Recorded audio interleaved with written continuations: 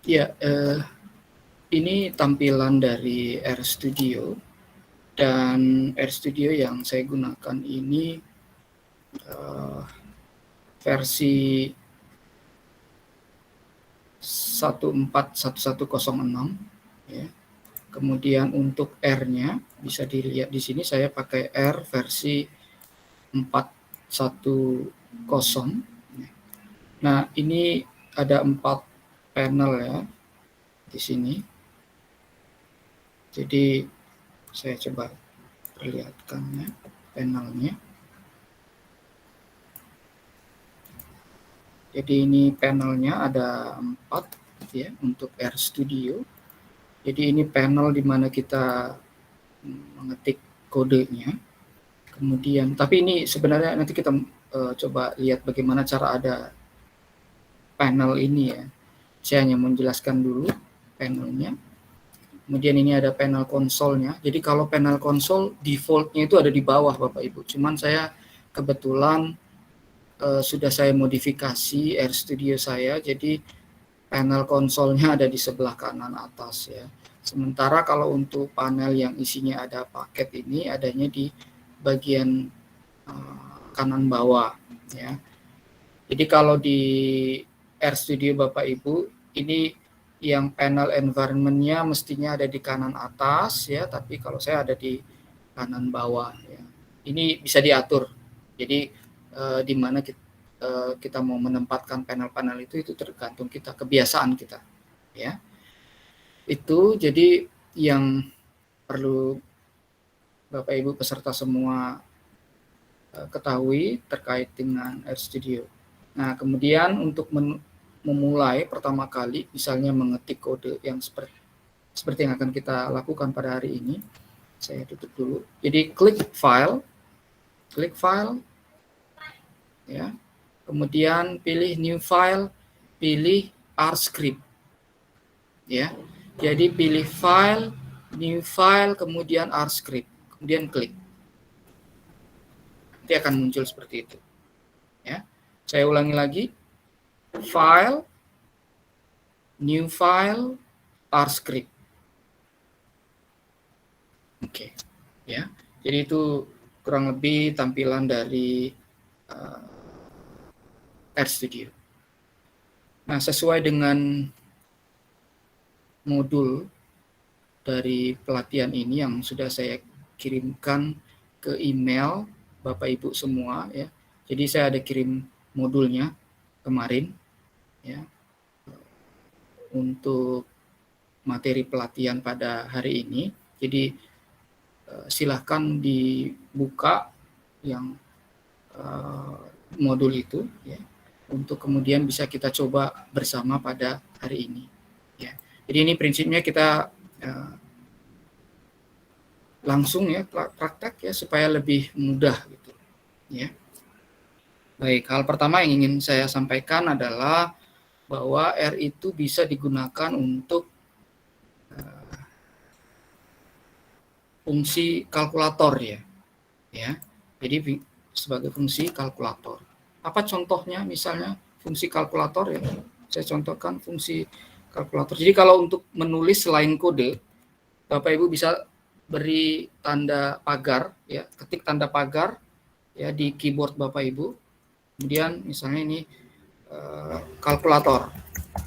Ya, ketik kalkulator. Ini kita beri tanda pagar itu supaya R mengenali itu hanya teks biasa, bukan kode R. Ya, kita tekan enter. Nah, Bapak Ibu bisa lihat di sini ada angka 1, 2 ya. Itu maksudnya adalah baris ya. Baris 1, 2 dan seterusnya. Ya. Nah, misalnya ya seperti di pelatihan 3 di modul ya, di modul pelatihan 3 ditambah 8 ya. Kemudian mungkin kita mau tambah 9 dikurangi 2 misalnya. Bagaimana cara melihat hasilnya ya, dan di mana hasilnya akan muncul ya.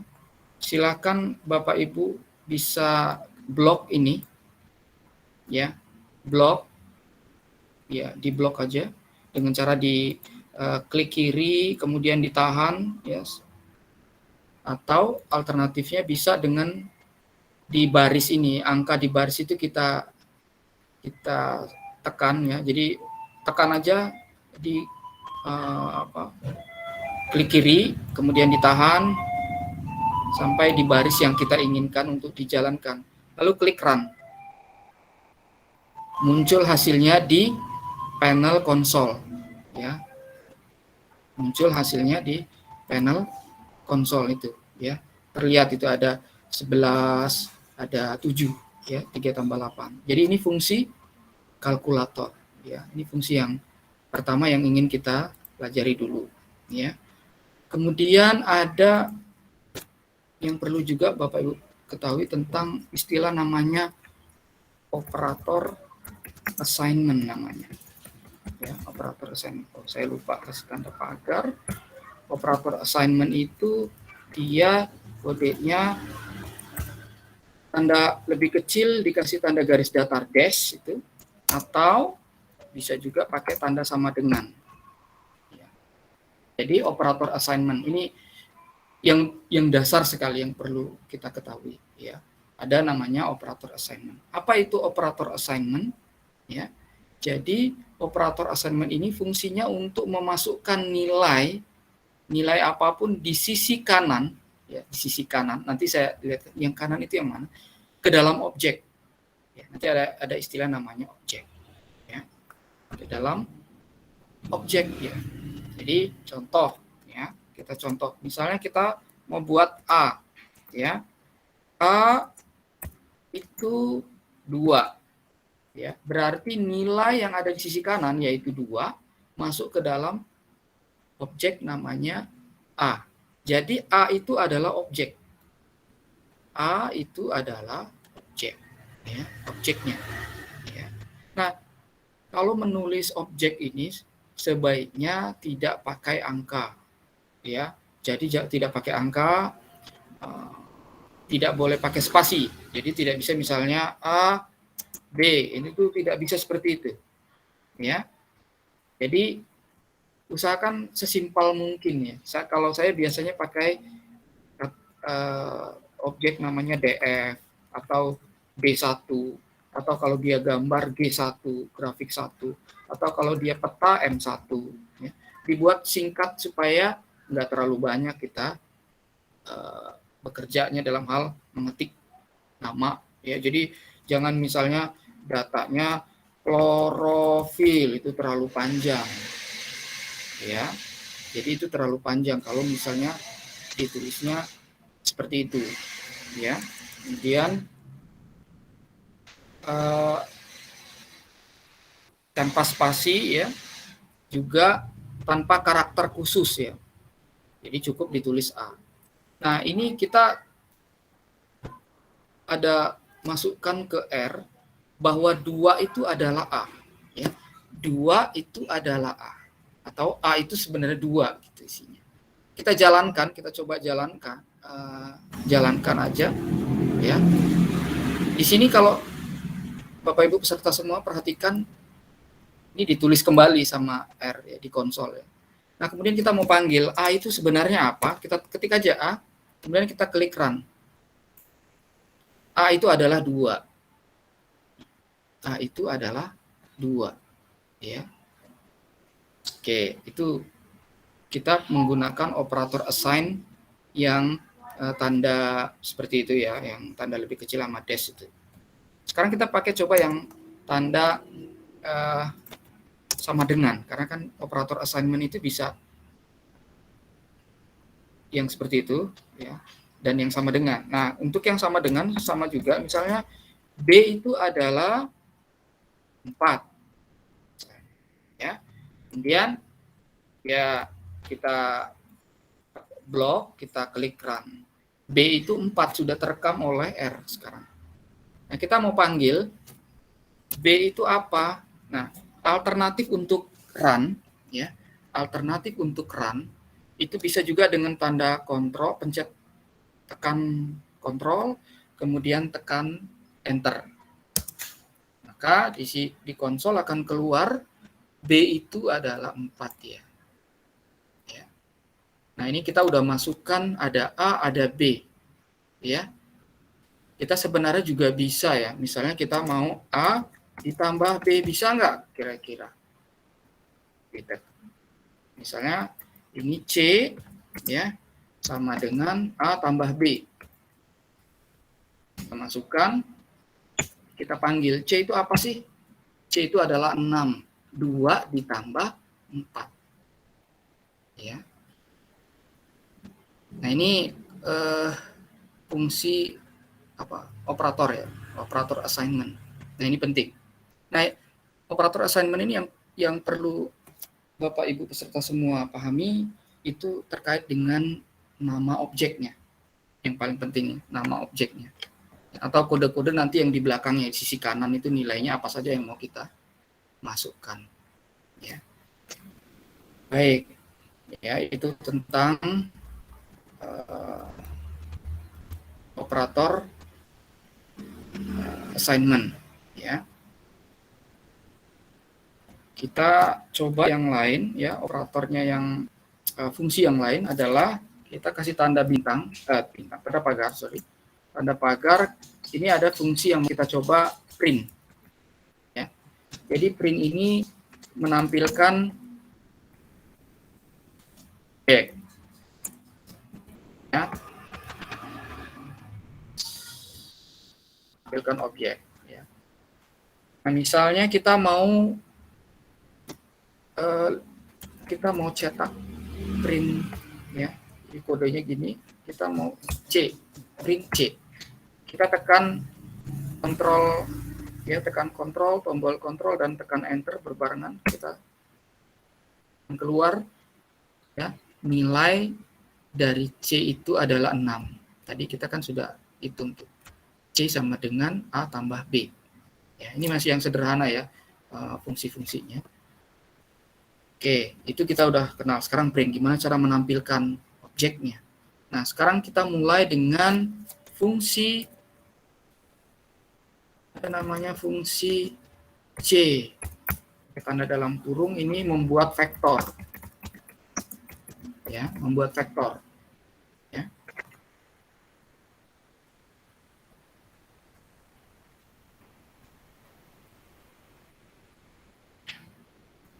Jadi untuk membuat vektor itu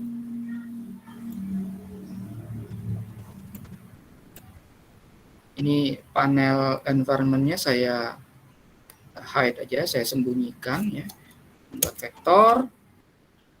Kemudian kita tinggal sekarang buat vektor ya, ada objek ya, namanya misalnya kita sebut Y misalnya ya. Operator assignment kasih C, jadi ini untuk membuat vektor ya. Jadi vektor itu nanti ada sekumpulan angka numerik ya. Jadi kita masukkan misalnya angkanya 2, 3, 4, 5, 6, 7, 8, 9 misalnya. Ya.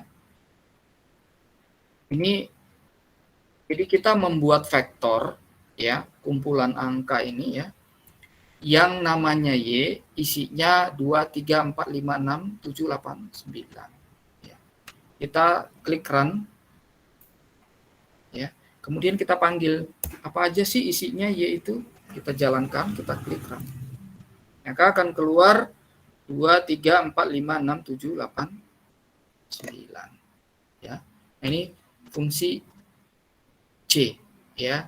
C itu concatenate, itu bahasa Inggris. Di Excel sepertinya ada ya, itu fungsi concatenate itu ya. Tapi lain penggunaannya dengan ini ya. Ini C untuk membuat vektor. Kemudian vektornya juga bisa kita buat dia gabungan angka ya dengan huruf ya. Misalnya kita mau buat X, Z lah misalnya ya, Z ya. Kita mau buat isinya ada 1, 3, 5, kemudian ada, nah khusus untuk huruf ya, khusus untuk huruf atau kata itu perlu ditambah tanda petik 2. ketik aja tanda petik 2, nanti muncul ada langsung keluar sepasang titik petik 2-nya. Kita masukkan saja, misalnya kita mau hurufnya adalah I misalnya. I untuk Irwan misalnya. Kita jalankan, ya. Jadi kita masukkan perintah ke R, ya. Z itu isinya 1, 3, 5, dan I. Run. Kemudian kita coba lihat, ya, Z itu isinya apa? Run lagi, 1, 3, 5, I. Jadi poinnya di sini kalau angka bisa dimasukkan langsung tanpa tanda petik 2. Ya, tanda petik 2 itu biasanya terkait dengan sesuatu yang bukan numerik, ya. Ya, misalnya kita mau memasukkan kata, itu yang saya masukkan kan huruf, ya. Bisa aja saya masukkan kata misalnya corona misalnya. Bisa juga saya tambahkan di situ. Ya, harus pakai tanda petik 2. Kalau tidak pakai tanda petik 2, R tidak mengenali itu. Ya, karena yang bisa dikenali yang angka tadi, ya, makanya nama objek sebaiknya dihindari angka. Ya. Oke, itu fungsi untuk C, untuk membuat vektor yang isinya ada angka atau dia gabungan angka dengan huruf atau kata. Ya. Nah, sekarang ada fungsi tanda dalam kurung siku, ya. Dalam kurung siku. Itu kalau di keyboard ada, ya. Cari yang bukan dalam kurung tapi yang siku. Ya. Ini fungsinya adalah memilih salah satu elemen. Jadi tadi yang saya bilang di bagian vektor itu elemennya, ya. Misalnya 2, 3, 4 itu elemen namanya, ya. 1, 3, 5 itu elemen namanya. Dan kita mau pilih salah satu di antaranya, ya. Ini pakai tanda dalam kurung siku, ya. Bagaimana caranya? Misalnya kita ingin mengambil Y, kita ingin mengambil elemen yang kedua misalnya. Jadi kita ingin mengambil elemen yang kedua dari Y. Ya. Kalau yang kedua kan di sini 3, ya. Kalau kita perhatikan, kita klik aja run. Maka keluar di sini di panel konsol, ya, elemen 2, ya, elemen kedua yang kita ambil itu adalah angka 3. Bagaimana kalau kita ngambil dari Z misalnya, ya, dalam kurung siku kita ngambil yang keempat misalnya. Kita jalankan aja, yang keluar adalah huruf I. Ya. Itu memilih salah satu elemen. Kemudian kita bisa coba yang lain. Kita lanjut ke fungsi, ya, pakai tanda pagar lagi. Kita coba fungsi sekuen, ya. Fungsi sekuen. Jadi kita membuat vektor, ya, dengan urutan tertentu, ya. Misalnya, ya, kita membuat Y atau X, ya, mungkin, ya. X itu operator assignment-nya jangan lupa sekuen. Jadi kita akan membuat sekuen, ya. Nah, ini bisa kita pakai yang model ini, ya. Jadi sekuen from dari angka berapa misalnya? Dari -5 ke 5. Ya. Oke, kemudian kita tulis X, ya. Nah, ini belum kita jalankan, ya. Belum kita input juga di R-nya. Jadi belum ada di sini. Kita masukkan saja ini. Kita bisa jalankan baris 30 ini, klik run. Nah, ini kita sudah inputkan di R. Nanti kita panggil X itu apa? X itu adalah dari -5 sampai 5. Ya. Ini from ada tuh. Sederhana itu sebenarnya membuatnya. Ya, itu fungsi sekuen, ya. Jadi kita mau membuat urutan, ya. Nah, untuk membuat sekuen itu sebenarnya bukan cuma dengan cara itu saja. Ada banyak jalan menuju Roma kalau di R, ya. Bisa macam-macam itu. Makanya kalau di R itu lebih fleksibel dia, ya, karena bisa membuat sesuatu yang sama dengan cara yang berbeda. Ini contohnya, ya. Misalnya kita mau bikin, ya, assign-nya dari angka -5 ke 5. Jadi hanya pakai tanda titik 2, ya. Kita tanda titik 2, di situ P operator assign-nya, jadi objeknya P, kemudian -5 sampai ke 5. Ya. Kita jalankan, kita panggil P-nya, nah ini sama aja. Ya. Jadi bisa dengan membuat dengan fungsi SEQ ini, ya, atau bisa juga dengan tanda petik 2 untuk menghasilkan sesuatu yang sama. Ya. Jadi kalau di R, jangan heran kalau misalnya ada orang pengguna yang kodenya beda-beda tetapi untuk melakukan hal yang sama. Nah, kalau saya punya prinsip, lebih baik dicari yang paling sederhana kodenya.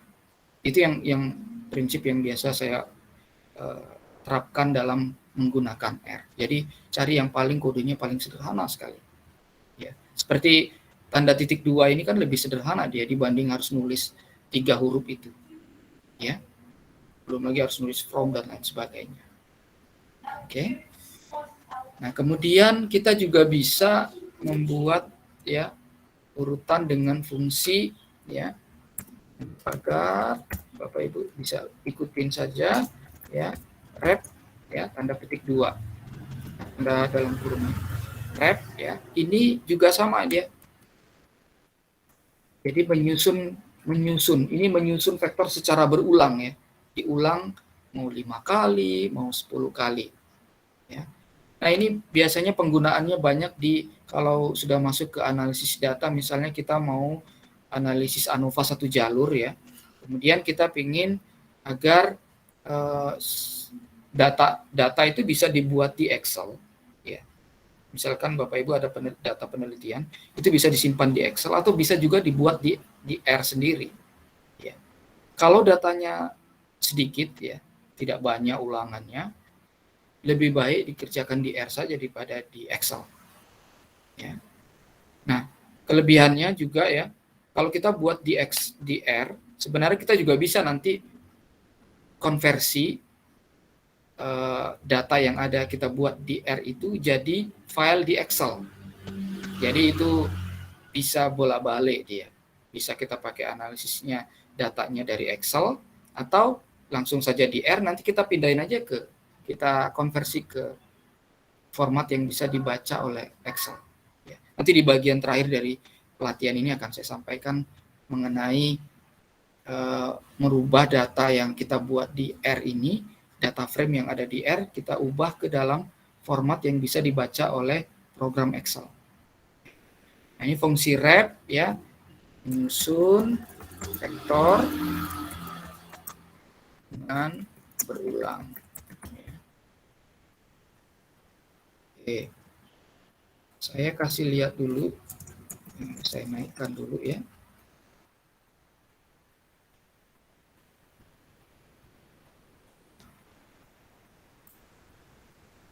Oke, nah ini contoh misalnya kita mau buat objek namanya misalnya carnivore, ya. For assign-nya kita masukkan rep misalnya. Nah, ini karena kita mau masukkan kata, ya, bukan angka yang mau diulangnya, kata. Misalnya katanya, maka misalnya katanya adalah Nepenthes misalnya, ya. Kita kasih tanda petik 2 dulu. Kita tulis Nepenthes. Mau berapa kali diulangnya, kita tulis aja, mau 3 kali misalnya, ya. Oke. Jadi carnivore, operator assign, rep, terus inputnya yang mau diulang apa, katanya Nepenthes, diulang sebanyak 3 kali, kita tekan Ctrl Enter, kemudian kita panggil carnivore, ya, kita tekan enter. Maka akan tertulis pen-test itu sebanyak 3 kali sesuai dengan ulangan yang kita minta. Bagaimana kalau misalnya ulangannya mau 5? Ya akan muncul 5 kali dia. Tapi diulang lagi, di blok semua, di run. Akan ada muncul 5 kali. Ya. Ini biasanya bermanfaat kode ini pada saat menyusun data frame untuk ANOVA 1 jalur, ya, misalnya ANOVA 2 jalur. Ya. Nanti kita akan sampai ke fungsi untuk bikin data frame. Sekarang kita mulai dari yang dasar-dasar dulu sebelum kita masuk ke sesuatu yang lebih advance lagi. Nah, itu untuk fungsi wrap, ya. Kemudian juga kita perlu tahu ada namanya fungsi faktor, ya. Fungsi faktor. Ini biasanya kalau nanti untuk ANOVA 1 jalur, ANOVA 2 jalur, ya, atau analisis yang lain, ya. Jadi ini untuk, ya, menyimpan data nominal, ya, atau ordinal dalam bentuk jadi itu. Nah, kita akan coba sekarang. Nah, misalnya kita mau kasih nama objek, ya, misalnya serangga, ya, objeknya serangga, kita ketik, kita bilang itu faktor isinya.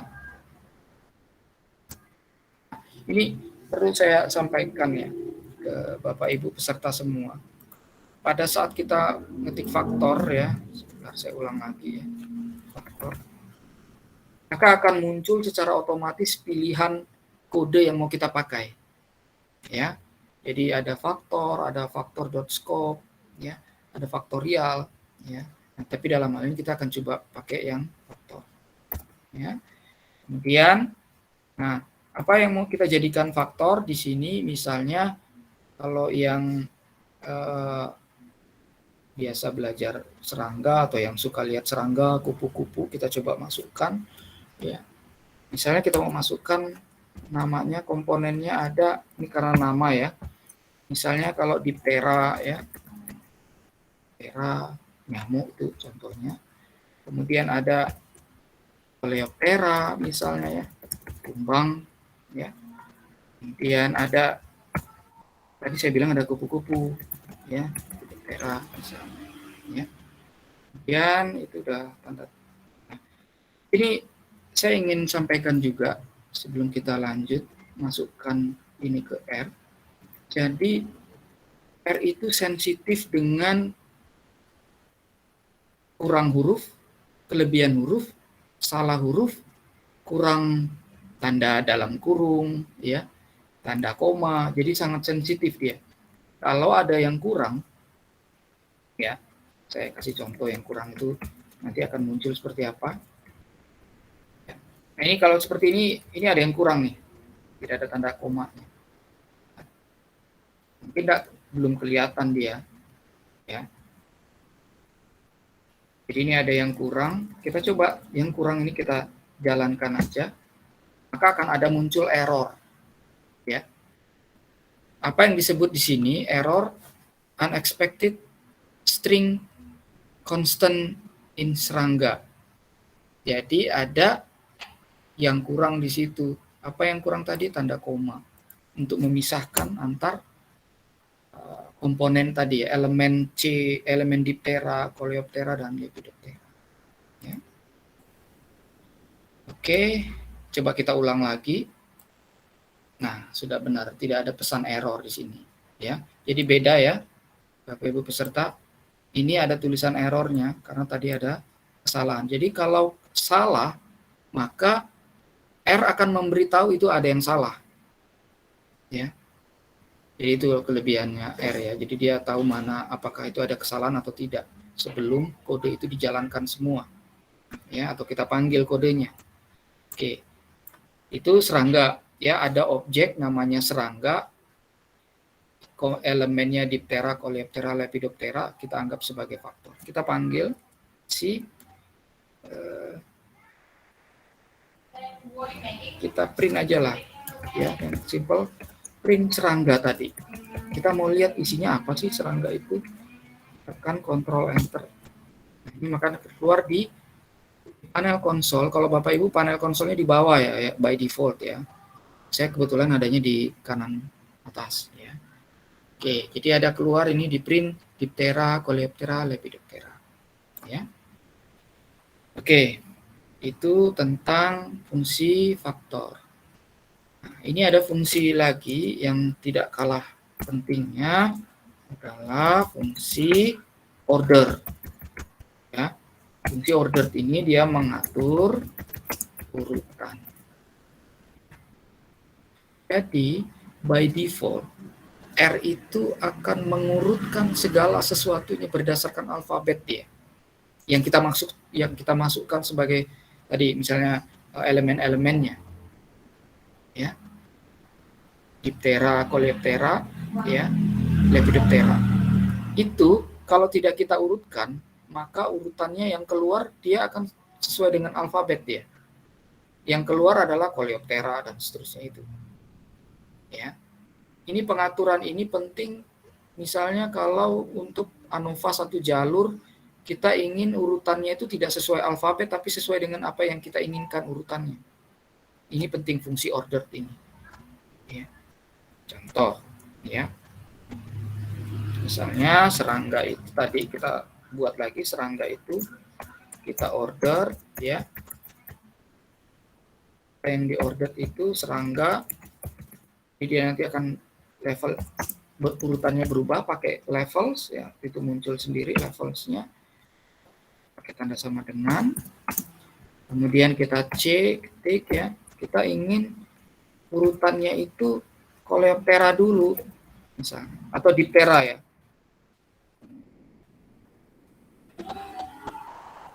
Diptera, jangan lupa tanda koma, kemudian Coleoptera, kemudian Lepidoptera ya. Jadi kita atur, kita tekan kontrol ya, itu nggak ada errornya berarti sudah benar. Kemudian kita panggil aja kontrol enter, itu ada urutannya. Jadi diurutkan sesuai dengan yang kita mau ya. Kebetulan itu saya maunya urutannya Diptera, Coleoptera, Lepidoptera ya. Kalau tidak diurutkan itu pasti akan alfabet ya, akan Coleoptera dulu baru Diptera baru Lepidoptera. Nah itu fungsi order, itu juga penting ya. Ini kaitannya karena kalau tidak kita atur, misalnya kita buat grafik ya, buat grafik yang tadi di presentasi saya ada tampilkan ya, itu kalau urutannya sesuai alfabet pasti akan tidak seperti yang kita inginkan. Kalau sesuai alfabet, kita inginnya sesuai dengan urutan yang dalam eksperimen kita misalnya. Ya. Nah ini yang paling penting dari fungsi order itu. Ya. Lanjut, kita mau coba bikin data frame. Ya, jadi data frame ini sebenarnya kaitannya salah satu tipe data ya. Ada list, ada matriks ya, tipe data di R itu ya. Ada data frame, ada list, ada matriks ya. Nah, di pelatihan ini kita hanya coba lihat data frame aja. Jadi yang biasa digunakan misalnya untuk menyusun dataset untuk ANOVA 1 jalur, ANOVA 2 jalur, regresi, korelasi dan lain-lain. Ya. Tapi kalau untuk yang sesuatu yang analisis yang kompleks yang multivariat itu sebaiknya dibuat di Excel. Nanti dikenali, biasanya dibuat dalam Excel dulu, kemudian disimpan dalam format CSV, kemudian kalau kita mau PCA misalnya harus dikonvert dia dalam bentuk matriks ya, dipanggil dalam bentuk matriks misalnya. Nah, kita sekarang coba hanya yang sederhana, itu fungsi data frame. Ini fungsinya untuk menyusun data yang terdiri atas kolom dan baris, sama seperti di Excel. Bagaimana contohnya? Ini saya buat contoh misalnya kalau ada peneliti melakukan kajian tentang orangutan misalnya, ya. Misalnya dia membandingkan antara tungkai depan, tungkai belakang, panjangnya beda nggak? Ya. Misalnya kita akan buat dulu nih objek namanya tungkai, ya. Kemudian jangan lupa tadi yang fungsi faktor. Jadi kalau dia hanya untuk menyusun data ini harus dalam bentuk faktor dia langsung idealnya, ya. Tidak dalam bentuk vektor yang hanya tadi pakai C kemudian tanda dalam kurung itu, ya. Itu hanya vektor biasa dia. Tapi ini kita mau buat itu menjadi faktor. Maka kita harus tulis dulu faktor seperti yang tadi. Faktor, kemudian kita isi C, ya. Kemudian ini kita terapkan fungsi yang tadi kita sudah pelajari, ya. Ada rep, ya. Kemudian Anda buka kurung, misalnya depan, ya. Kita mau ulangannya 10 misalnya. Ya. Atau ulangannya terlalu banyak kalau 10 ya. Mungkin ya boleh juga kalau mau lihat banyaknya ya biar kelihatan ya 10 misalnya. Itu bagian pertama. Kemudian kita kan pengen lihat yang ada depan ada yang belakang. Maka kita tulis lagi rep, buka kurung, petik, ada petik 2 ya, belakang. Otomatis kalau kita ketik 2 itu langsung muncul 2 sepasang, dia langsung muncul sepasang sebanyak 10. Oke, jadi kita akan buat ya, saya perlihatkan, kita akan buat objek namanya tungkai, dia faktor, isinya depan diulang 10 kali, belakang diulang 10 kali, rep. Fungsi rep tadi di atas sudah saya sampaikan ya. Kemudian kita lanjut angkanya. Jadi kalau bikin misalnya kita mengumpulkan data kan kita misalnya panjang apa dulu nih yang mau kita buat faktornya, tungkainya, tungkai depan, tungkai belakang. Jadi tungkai depan ada 10, tungkai belakang ada 10 juga, totalnya ada 20 ya. Nah itu baru faktornya, berarti kita butuh hasil pengukuran ya. Misalnya ini kaitannya dengan data penelitiannya, kita perlu ukur tuh tungkai depannya berapa dari beberapa individu.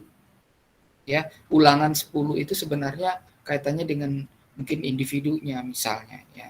Jadi diukur ya, tungkai depannya berapa, diukur semua. Jadi totalnya nanti dapat ada 10 masing-masing untuk depan dan belakang. Ya. Nah, datanya berarti data panjangnya ya. Operator assignment-nya. Nah, C. Nah, vektor. Nah, karena ini hanya vektor dia, karena dia hanya kumpulan angka saja. Dia bukan faktor. Ya, dia hanya vektor. Ini kebayang kalau Bapak Ibu ingat materi tentang ANOVA satu jalur, ada faktor, kan ada istilah faktor, ada nilai yang pengamatannya. Ya. Panjang misalnya ya, ini yang dia dimasukkan misalnya ini satuannya sentimeter ya. Jadi contoh misalnya panjangnya ada terserah mulai dari 75, kemudian 76, kemudian 78, 77, ada 10 ya. Berarti kita mulai yang depan dulu nih, tungkai depan. Jadi cara menyusunnya ini yang kita sebut di awal ya, faktornya ini adalah yang depan dulu. Maka kita masukkan input yang depan dulu, tungkai depan. Ya, ini baru 4 ya. Kita perlu tambah lagi, ada 78 misalnya, 79, ada 80 ya.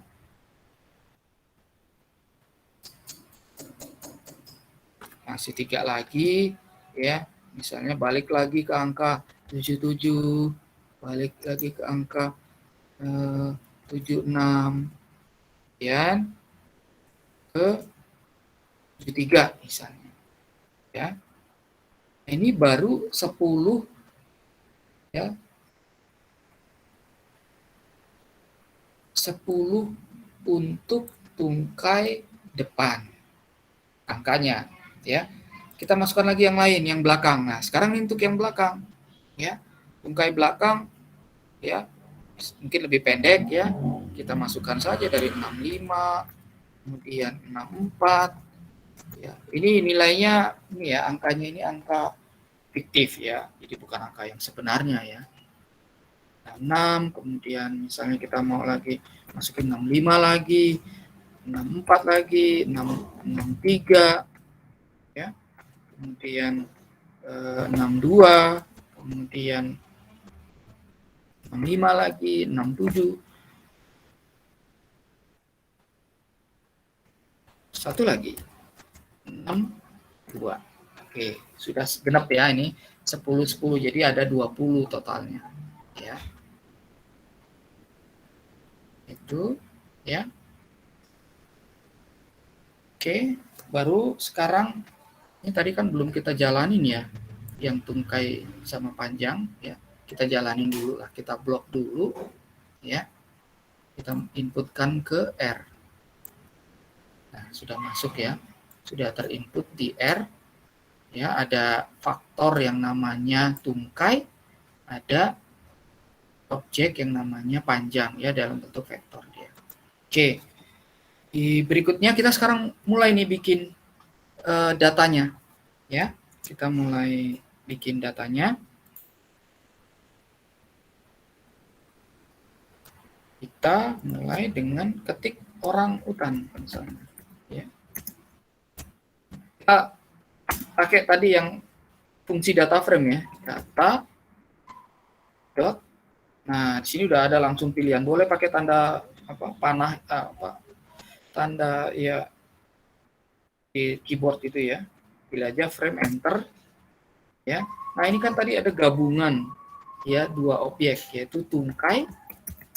Ingat jangan sampai salah hurufnya, ya, karena kurang huruf, kelebihan huruf, atau ada spasi atau yang lainnya, maka akan ada error, ya. Panjang, ya. Gimana kalau misalnya kita coba, ini saya coba yang salahnya dulu, ya. Kita jalanin aja coba, ya, kalau dia salah. Seperti apa kalau salah? Ada kata error, ya. Ada kata error di sini karena objek yang namanya panjang PNG ang itu not found, tidak ditemukan, ya. Itu karena kita kan tadi nulisnya panjang, ya. Jadi kalau salah kurang huruf, ya, maka akan muncul error. Itu baiknya R. Dikasih tahunya kita apa salahnya. Baru kita betulin dong. Kita kasih tambah A. Maka setelah kita jalankan berhasil dia. Ya. Nah, itu untuk membuat data. Ya. Selanjutnya kita coba fungsi yang lain, ya. Bukan fungsi, ini operator ini. Operator ini saya masukkan di belakang, yaitu namanya operator dolar, ya. Fungsinya apa dolar ini? Fungsi dolar itu mirip dengan fungsi kurung siku, ya. Jadi dia mengambil elemen tertentu, ya, memilih elemen tertentu. Kalau ini yang dipilih bagian tertentu, jadi bukan cuma elemen yang diambil, ya. Jadi ini untuk memilih bagian tertentu dari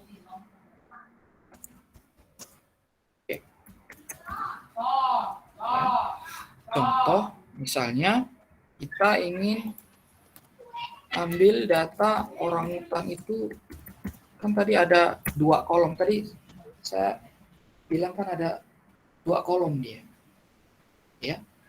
Jadi ada kolom tungkai, ada kolom panjang. Nah, begitu kita ketik tanda dolar itu, maka akan muncul 2 opsi. Kita mau pilih yang mana ini? Yang mau kita ambil, yang panjang atau yang tungkai? Misalnya kita mau ambil yang panjang, ya, pakai di keyboard juga bisa dipilih turun ke bawah pakai arrow itu, tekan enter. Oke, sekarang kita run. Nah, begitu kita run, maka kita akan mengambil data orang utan yang isinya terkait dengan hasil pengukuran panjang itu, ya, maka akan keluar, ya. Nah, ini ada angka di depannya ini maksudnya 1, ini nomor 1.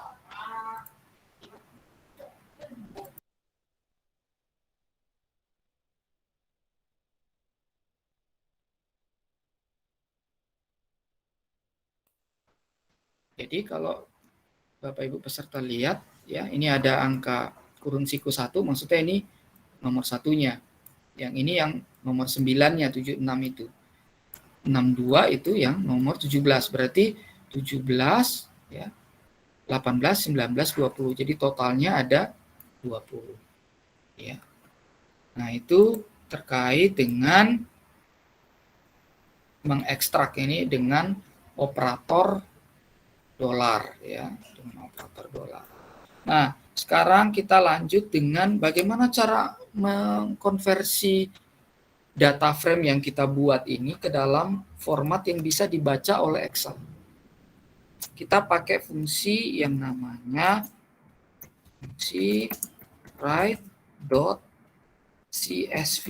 Jadi kalau Bapak Ibu lihat di Excel itu ada namanya CSV, ya. Format itu, ya, selain XLX, ya, XLSX, ya, yang terbaru misalnya, atau XLS, ada juga format yang namanya .csv, ya. Jadi ada yang namanya .csv, ya.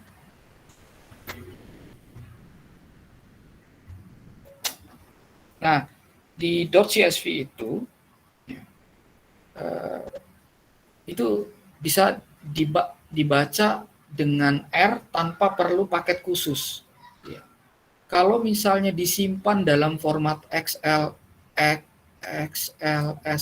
atau XLS atau file yang biasa untuk di Excel, ya, by default, itu butuh paket khusus untuk bacanya. Jadi tidak direkomendasikan karena akan menambah panjang pekerjaan, ya. Tapi kalau kita simpan di dalam format CSV, maka itu akan lebih mudah dibaca oleh R karena kita tidak perlu pakai tambahan lainnya untuk membuat datanya, gitu, ya, mengekspor datanya. Nah, ini bagaimana caranya? Jadi caranya diketik aja write.csv, itu muncul, ya.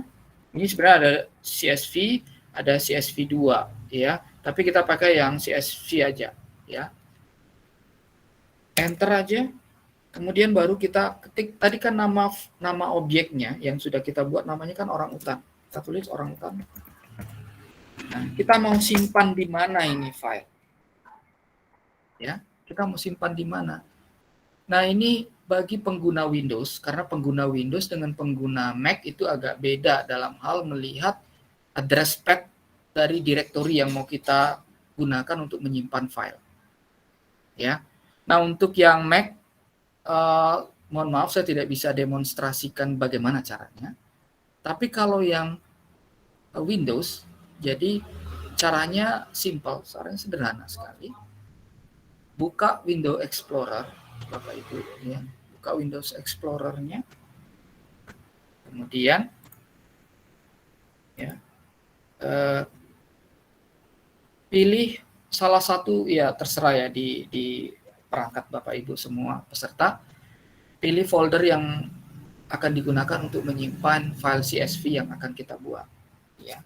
Jadi misalnya kalau saya itu akan saya simpan di folder namanya pelatihan R, ya, namanya pelatihan R. Jadi begitu masuk Windows Explorer, ya, Bapak Ibu nanti bisa lihat, ya, di bawah di Windows Explorer itu, misalnya kita sudah pilih kita mau simpan di dokumen misalnya, ya. Kemudian di bawah ribbon, jadi ribbon itu yang bagian ada pin to quick access, copy paste, cut, copy paste, dan lain sebagainya, itu ada address path namanya. Nah, itu diklik aja address path itu, kemudian nanti akan muncul terblok dia. Jadi udah di terblok itu, kemudian kita tekan Ctrl C, kita salin. Ya, kita salin. Ya. Jadi address pad itu ada ya di bawah ribbon itu, di atas tampilan dari file-file kita atau direktori kita yang ada di dalam perangkat. Ya, ketik C, kemudian balik lagi ke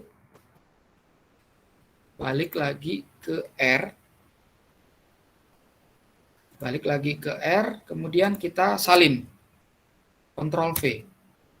Maka akan keluar seperti yang terlihat itu, ya. Nah, ini ya, kalau seperti itu tidak bisa dibaca oleh R. Jadi kalau mau bisa dibaca oleh R, alamat itu dia harus yang bisa dibaca langsung itu angka. Jadi kalau seperti alamat, kata, ya beberapa kata itu, ya itu harus pakai tanda petik 2. Jadi kita kasih tanda petik 2. Otomatis nih jadi berubah warnanya ya. Warna hurufnya ya. Nah, satu lagi tanda garis miring terbalik ini nggak bisa dibaca oleh R. Jadi kita harus ubah. Cara gampangnya klik baris 58, klik baris 58 atau baris apapun yang ada di tampilan atau di RStudio Bapak Ibu peserta semua, klik aja. Kemudian Ctrl F, kemudian ketik aja define itu garis miring terbaliknya, ganti dengan tanda garis miring biasa. Kemudian klik all untuk mereplace semuanya. Ya, oke. Nah, kalau sudah seperti itu, ini belum selesai juga, ya. Belum selesai juga karena kita sebenarnya baru menentukan foldernya. Sekarang bagaimana caranya untuk menentukan nama filenya supaya muncul nanti di folder itu namanya misalnya orangutan. Nanti kita perlu tambahkan ketik orangutan.csv. Itu. Nah, dengan menambahkan ini nanti setelah kita run, maka akan muncul file CSV di perangkat Bapak Ibu peserta semua. Akan muncul dia. Ya, file CSV itu. Jadi ini kita susun data di R, terus kita pindahin dalam format yang bisa dibaca oleh Excel. Nah, ini sebenarnya tidak terlalu penting kalau kita udah bikin di R ya. Tapi kalau kita ingin punya rekaman datanya dalam format yang bisa dibaca Excel ya boleh juga ya. Jadi ini opsional saja sebenarnya untuk mengkonversi data frame dari R ke format yang bisa dibaca, ke file dengan format yang bisa dibaca oleh Excel atau program sejenis. Oke, jadi ini urutannya seperti ini ya. Saya perlihatkan. Ya, write CSV orangutan. Ya. Nah, untuk Mac, saya mohon maaf saya tidak bisa banyak membantu untuk mendemonstrasikan karena untuk Mac itu ada cara tersendirinya untuk menentukan address path atau direktorinya yang tempat kita simpan nanti. Ya. Oke, kalau sudah kita bisa jalankan, klik run. Oke, tidak ada tanda error berarti dia aman-aman saja. Ya, jadi nanti di folder pelatihan R di laptop saya ada file namanya orangutan. Ya, ada file namanya orangutan. Oke. Itu tentang write CSV. Lanjut lagi kita coba lihat fungsi yang lain namanya fungsi view ya, ini untuk menampilkan data. Misalnya kita mau lihat tadi kita udah bikin tuh file orang utan namanya, objek namanya orang utan. Kita coba lihat ya.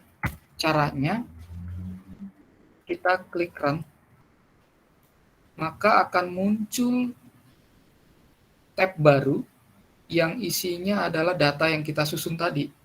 Ada tungkai, ada panjang, ada 2 kolom dia. Ya.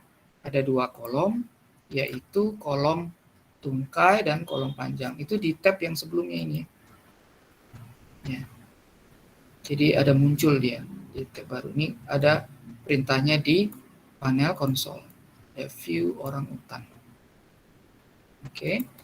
Nah, selanjutnya itu fungsi view.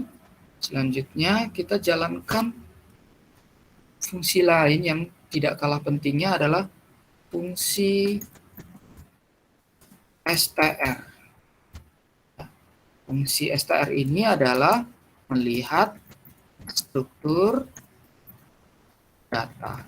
str itu structure, ya. Jadi ini banyak pakai bahasa Inggris ya. Jadi str, ada tadi seq, kemudian ada rep, ya, ada c, ya. Jadi ini ada beberapa yang bentuknya singkatan ya, seperti str, ya. Kemudian ada rep tadi. Ya. Nah, kita coba sekarang seperti apa hasil dari fungsi str ini kalau kita gunakan untuk melihat data dari orang utan. Ya, ketik aja str, kemudian apa yang mau dimasukkan? Nah, itu langsung otomatis ya, orang utan. Ya, kita pilih aja enter, tanda panah ya. Kemudian tekan Ctrl Enter. Kita lihat di situ. Nah, akan muncul di panel konsol ya, akan muncul di panel konsol nih. Ada 20 observasi ya dari 2 variabel, tungkai dengan panjang. Ya, ini sebagai faktor nih, langsung ditandain. Ini sebagai numerik ya, number. Ya, ini faktor. Ya. Itu fungsi dari str ya. Kemudian ada juga fungsi lain yaitu fungsi enrow dan enrow-nya harus ada. Saya tambahin enrow dan encall. Ya. Ini untuk cek jumlah kolom atau baris ya. Kemudian kita coba saja langsung enrow data orang utan misalnya ya. Oke. Kontrol ada 20 baris ya. Sekarang kita coba ada berapa kolom? Kita coba orang utan ada berapa kolom? Ada 2 kolomnya. Ini fungsi str, enrow, encall itu biasanya untuk memeriksa data ya. Sebelum dianalisis dia sudah benar belum. Ini sering dilakukan ya untuk data-data yang besar ya, big data biasanya itu. Untuk melihat, misalnya kalau untuk dianalisis multivariat ya, kita mau lihat sebenarnya data kita ini ada berapa kolom. Sudah benar belum jumlah kolomnya? Jangan-jangan ada yang kurang kolomnya ya. Atau kita mau lihat ada berapa sih titik datanya. Ya. Jadi str kan bisa kelihatan itu ada berapa titik datanya. Kemudian ada berapa jumlah baris, berapa jumlah kolom. Ini pentingnya fungsi itu. Ya, biasanya untuk memeriksa data-data yang berukuran besar ya. Misalnya data-data multivariat yang banyak ya. Kemudian ada fungsi yang lain yang juga perlu diketahui adalah fungsi head ya. Fungsi head itu adalah untuk menampilkan beberapa baris data. Contohnya kita coba yang tadi orang utan ya. Kita ketik aja head orang utan. Ini kita tekan Ctrl Enter atau Run juga terserah. Maka akan keluar 6 baris ya. Jadi kalau by default itu akan keluar 6 baris dia. Tapi boleh nggak kalau kita cuma pengen 3 aja ya, kita orangutan, kita ketik aja 3. Maka dia hanya akan menampilkan 3 baris pertama. Kita lihat tuh, cuma 3 baris pertama. Lihat aja di panel konsol. Hanya 3 baris pertama. Bagaimana kalau misalnya 15 ya, 15 baris pertama yang akan keluar. Totalnya kan tadi 20 ya, barisnya. Jadi kita bisa lihat itu. Ya. Biasanya untuk memeriksa data ya, sebelum kita analisis biasanya perlu dilakukan pengecekan seperti itu. Ya. Kemudian ada fungsi yang namanya summary. Nah, ini kaitannya dengan statistiknya, ya. Fungsi summary, ya. Ini melihat data stats, ya. Contoh, misalnya tadi kita coba lihat ya, data summary untuk orangutan, ya. Tekan aja Ctrl Enter. Nah, ini ketahuan. Ada ini titik datanya ada 10, belakang, depan itu ada 10. Nah, ini datanya ya. Nilai minimalnya berapa dari dataset itu, first quartile, median, mean, dan seterusnya. Ya, maksimalnya berapa. Ya, itu. Oke, itu tentang summary. Berikutnya ada fungsi yang namanya set WD.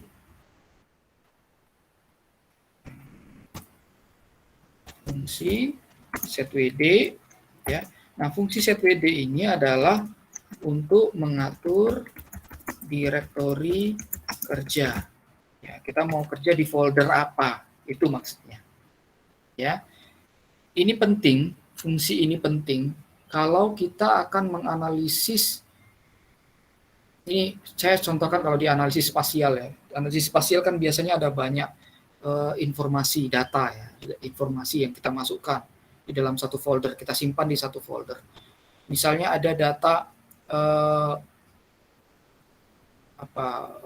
dari NDVI, data digital elevation model, ada banyak gabungan data di situ, data raster misalnya, data curah hujan dan lainnya, ada banyak misalnya. Kita masukkan di dalam satu folder. Kemudian kita ingin memproses data-data yang ada di dalam folder itu ya, sehingga kita tidak perlu nanti memeriksa lagi filenya ada di mana, hasil analisisnya, karena kita sudah menentukan di awal di mana kita bekerja, direktori mana kita bekerja. Nah, ini pentingnya kita atur. Bagaimana caranya? Kita ketik saja set WD. Nah, kembali coba ingatan Bapak Ibu peserta semua ke Windows Explorer. Saya contohkan yang Windows Explorer ya, karena itu yang paling banyak, mungkin yang paling banyak menggunakan Windows Explorer ya, sistem Windows ya, maksud saya, bukan yang Mac ya. Kalau Mac ya menentukan address path itu agak tricky ya, saya nggak familiar dengan itu ya, jadi saya hanya bisa demonstrasikan yang Windows saja. Masuk ke Windows Explorer, ulangi langkah yang sama seperti yang tadi. Di bawah ribbon itu ada address path. Tinggal disalin aja. Ya. Misalnya yang tadi ya, kalau saya tadi yang tadi sudah saya simpan ya. Di Ctrl C ya. Itu udah saya simpan ya. Nah, selanjutnya ini tadi masih salah ya. Jadi kita bisa aja copy dari yang atas. Kita copy dulu sampai foldernya. Kalau CSV ini kan file ya, bukan folder. Kita salin aja. Nah, berarti di sini dengan perintah set WD ini kita memberitahu R ya.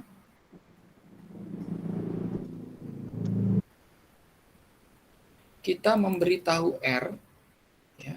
Kita memberitahu R bahwa kita akan bekerja di folder pelatihan R.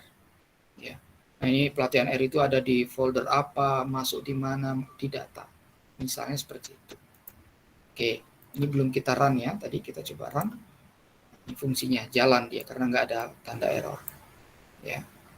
Oke.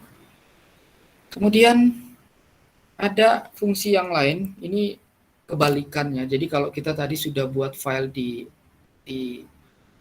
dalam bentuk CSV, sekarang kita coba panggil file itu. Gimana cara manggilnya?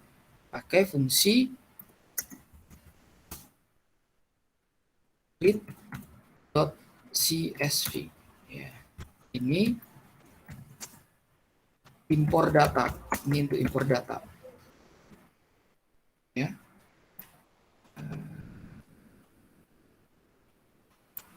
Oke.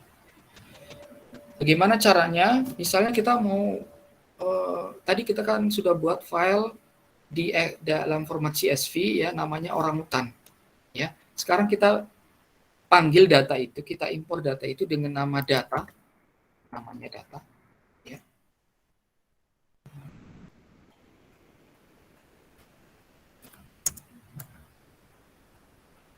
Namanya data, kemudian jangan lupa operator assignment-nya, kemudian klik read, ketik ya, read CSV.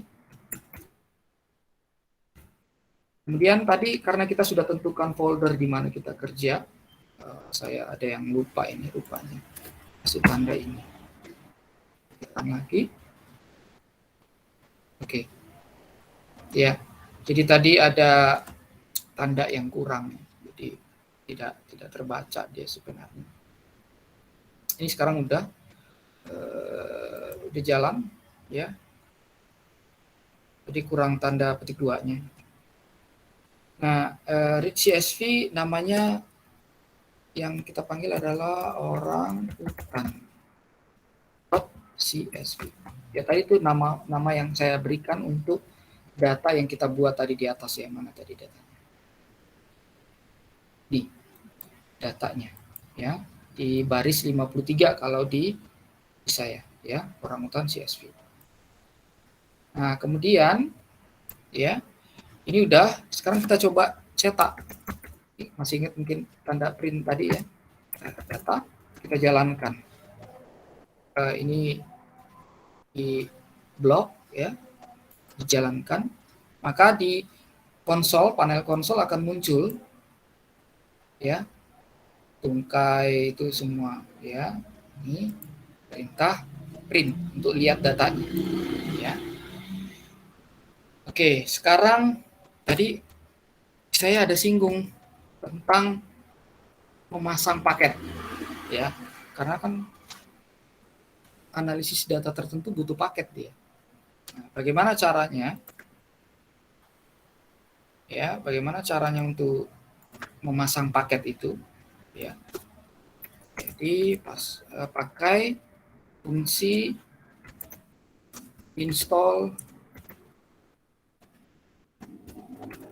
packages ya. Jadi pakai fungsi install ini memasang paket ya.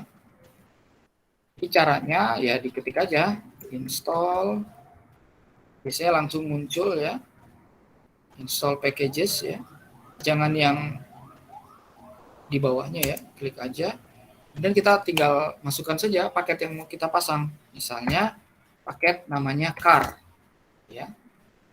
Oke, kalau sudah, ini saya jalankan ya karena saya sudah punya paket ini, nanti ya akan dipasang lagi dan biasanya butuh waktu untuk pasang itu ya, beberapa menit. Ini kita lewatkan. Nah, yang terakhir yang perlu juga ya, yang terakhir sebelum sesi ini berakhir adalah fungsi library. Ya, fungsi library itu gunanya untuk memuat paket. Caranya sederhana, tinggal panggil aja, ketik library, paketnya apa yang mau diaktifkan, misalnya car. Ya, kalau saya kan kebetulan sudah punya paket car.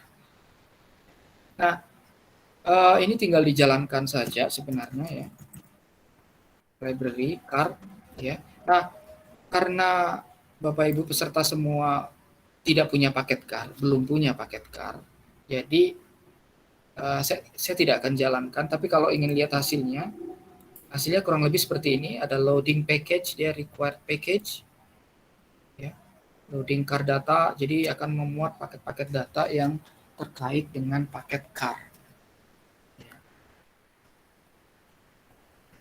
Nah, ini sudah selesai. Oke, itu mungkin kode-kode atau fungsi yang perlu dipahami sebagai dasar Bapak Ibu peserta semua untuk lebih memperdalam R ya. Nah, ini kita kan sudah buat nih kodenya. Bagaimana cara simpannya? Sederhana, klik file, ya. Klik file, saya ulang lagi, klik file, kemudian save as, ya. Ini nggak muncul ya di layar ya, kotak dialognya yang tadi ya, yang file itu. Nah, ini tempat menyimpannya. Silakan ya disimpan misalnya latihan, misalnya nama filenya, itu bisa. Save, tekan save. Ya. Nanti akan muncul di sini namanya jadi latihan.r. Ya.